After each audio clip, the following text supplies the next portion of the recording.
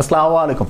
গোটাল কোরআনে আল্লাহ শব্দটা, আল্লাহ এই শব্দটা হচ্ছে 2698 বার। অনেকের মাথায় প্রশ্ন হবে যে ঠিক 2698 বারে আল্লাহ কেন এই শব্দটা উল্লেখ করলেন? এইটার ব্যাখ্যা বুঝতে গেলে আমাদের কোরআনের যে কোড সেটা সম্বন্ধে জানতে হবে।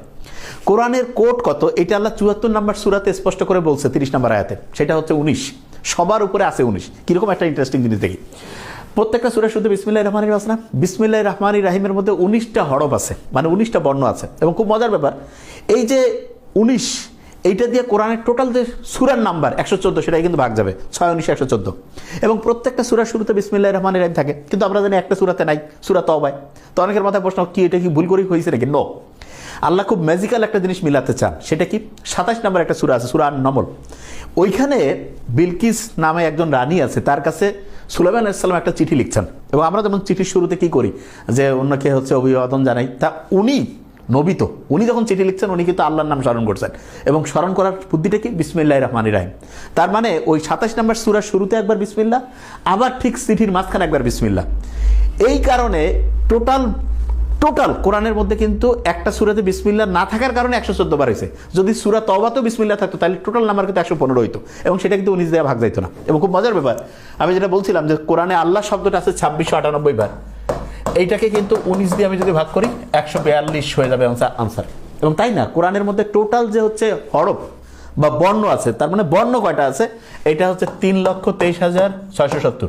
এটা কিন্তু 19 দ্বারা ভাগ যায়। এবং কোরআনের মধ্যে যে এটা হচ্ছে হরফ, বর্ণ পর্যন্ত আল্লাহ ক্যালকুলেশনে গেছে। শব্দ যেটা আছে, শব্দ সেটা হচ্ছে 77,934। এই 77,934 যেটা রয়েছে এইটাও কিন্তু হচ্ছে 19 দ্বারা ভাগ যাবে। এবং ভাগ যাওয়ার পর একটা ভাগফল হবে। এইরকম 19 দিয়ে ভাগ যায়, এরকম যতগুলো জিনিস আছে প্রত্যেকটার যে ভাগফল, এই ভাগফলগুলো যখন যোগ করবো, যোগ করার পরে আবার ওইটাকে 19 দ্বারা ভাগ যদি করি সেটাও মিলে যাবে। মানুষ কিভাবে আল্লাহ বানাইছে এটা নিয়ে কোরআনের মধ্যে আল্লাহ বলছে। এবং আমি খুব অবাক হয়ে গেছি যে এটা আল্লাহ কোন জায়গায় খুব ভালো করে বলা শুরু করলো। 23 নম্বর সূরার মধ্যে, সূরা মুমিনুন 23 নং সূরা। এবং আমরা প্রত্যেকেই জানি যে মানুষের যে ক্রোমোসোম সংখ্যা সেটা কিন্তু 23 জোড়া। মানুষের ক্রোমোসোম সংখ্যা কত? 23 জোড়া। এবং মজার ব্যাপার, আল্লাহ গোটাল কোরআনের নারী শব্দটা এটা ব্যবহার করছে 23 বার, পুরুষ যে শব্দটা এটাও ব্যবহার করছে 23 বার। এবং এই যে 23 নম্বর যে সূরা মুমিনুন, ওইখানে যে আল্লাহ মানুষ তৈরির রহস্য বলতেছে, সেই আয়াতটা যেই জায়গায় রাখছে সেটা হচ্ছে 12 থেকে 14 নম্বর আয়াত। আমি চিন্তা করে দেখলাম যে মানুষ তৈরির যে প্রক্রিয়া, এখানে খুব গুরুত্বপূর্ণ একটা জিনিস আছে যেটাকে বলে ওভুলেশন। এইটা ছাড়া মানুষ তৈরি হইতে পারবে না, ডিম্বপাত। এবং এইটা সাধারণত মেডিকেল সায়েন্স অনুযায়ী 12 থেকে 14তম দিন হচ্ছে সবচেয়ে পারফেক্ট ওভুলেশনের জন্য। আল্লাহ মানুষের মৃত্যুর পরে তাকে আবার পুনরুজ্জীবিত করবে। তো অনেকে কয় না যে মারা যাওয়ার পরে হাড়গোড় সব এক হবে, কেমনে পুনরুজ্জীবিত করবে? আল্লাহ বলছে যে তারা কি সন্দেহ করে যে আমি আবার তাদের জীবিত করতে পারবো কিনা? তার আঙ্গুলের ডগা পর্যন্ত আমি পুনর্বিন্যস্ত করতে পারি। এবং এই আঙ্গুলের ডগা পর্যন্ত, আঙ্গুলের ফিঙ্গারপ্রিন্ট, এইটা আল্লাহ কোরআনের মধ্যে যেই জায়গায়, এটা সম্ভবত সূরা কিয়ামার 75 নম্বর সূরা 3-4 নম্বর আয়াতে রয়েছে, তার নামে ঠিক 4 নম্বর আয়াতে ফিঙ্গারপ্রিন্ট।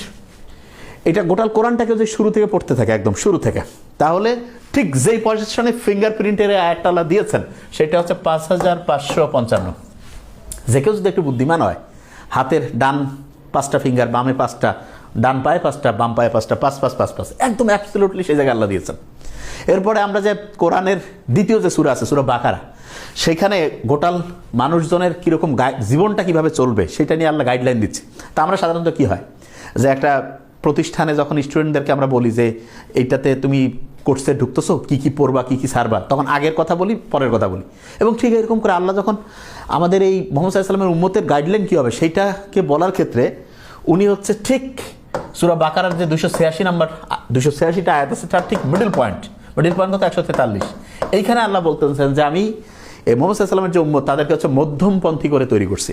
এবং 143-এর ঠিক আগের সব জায়গায় আল্লাহ হচ্ছে যে ওই যে ওটাকে বলে বনি ইসরায়েলের যে হচ্ছে জীবন দশা তারা যা যা করছে সেগুলো নিয়ে বলছেন। আর এরপরে উম্মতের মুহাম্মদ সাল্লাল্লাহু আলাইহি ওয়াসাল্লামের যারা উম্মত তাদের হচ্ছে লাইফস্টাইলটা কেমন হবে সেইটার গাইডলাইন দিয়েছেন। এবং খুব মজার ব্যাপার সেটা হচ্ছে যে এই যে বিসমিল্লাহির রহমানির রহিম দিয়ে শুরু হয়েছে না কোরআন, এবং শেষ হয়েছে কি? সূরা নাসের।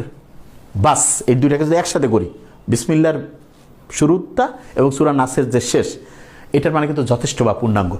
এবং কোরআনে আল্লাহ বলছে যে কোরআনের মানে হচ্ছে যে স্পষ্ট করে বলে দিয়েছে যে জাহান্নাম যে আছে, জাহান্নামের যে হচ্ছে যে পাহারাদার হবে 19, তো এই সংখ্যাটা যারা অবিশ্বাসী হবে, আল্লাহ পরের আয়াতে বলছে, এইটা তাদের জন্য হচ্ছে যে তাদের সন্দেহকে আরও বাড়াই দিবে যে জাহান্নাম কত বিশাল, কিন্তু এটা মাত্র 19 জন পাহারা কেমনে দিবে। কিন্তু যারা বিশ্বাসী তাদের বিশ্বাসকে এটা আরও দৃঢ় করবে। তার মানে আল্লাহ যে কোরআন নাজিল করছেন এবং প্রথম থেকে যে চ্যালেঞ্জ দিয়েছে যে এর মতো একটা সূরা বানাও, এর মতো একটা আয়াত বানাও, এখন পর্যন্ত কেউ পারেনি এবং এটা অবশ্যই একটা ঐশী গ্রন্থ। Thank you so much. আসসালামু আলাইকুম।